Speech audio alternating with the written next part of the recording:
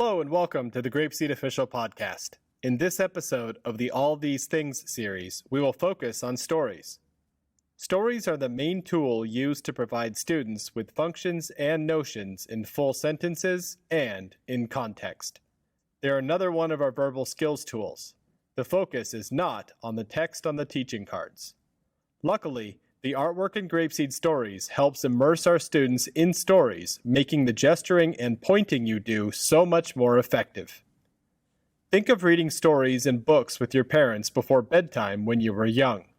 We want to transfer this same experience to our classrooms of students. Draw your students in, make the experience memorable, and you will notice your students picking up the language in stories and using them effectively. One extra thing to note. Each unit has a Johnny Bear story, which evolve into Johnny and Jenny Bear stories from Units 11 to 20. These stories review vocabulary and expressions from the previous unit. So if you're teaching Unit 4, the Johnny Bear story will have a solid review of Unit 3 all compiled into one story. The obvious exception here is Unit 1's Johnny Bear story, which is similar to the Family and Friends story. The teaching method for stories is probably the most straightforward of all tools.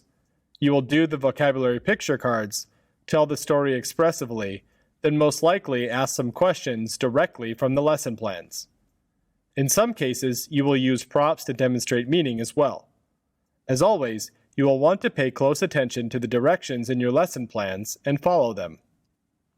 So let's jump right into common mistakes to avoid. The first big one relates to pacing. Stories are inherently longer materials with many teaching cards.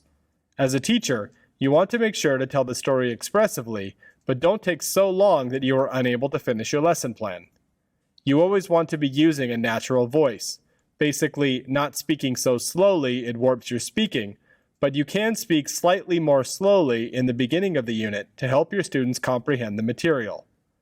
Beyond warping your speech, if your pacing is too slow, you will find student focus drops. So be expressive, but set a good tempo. In general, you will have students sitting on the floor while you sit in a chair when telling stories. When students are this close, you want to be careful that all of them are able to see.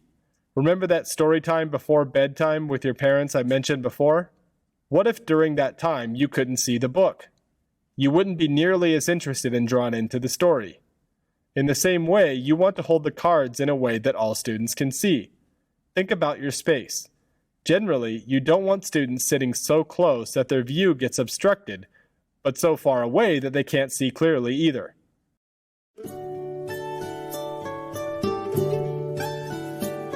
Goodbye, my friends, goodbye.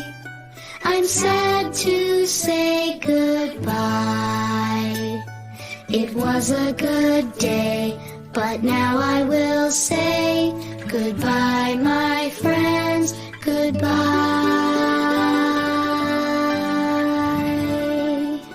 Goodbye, everyone.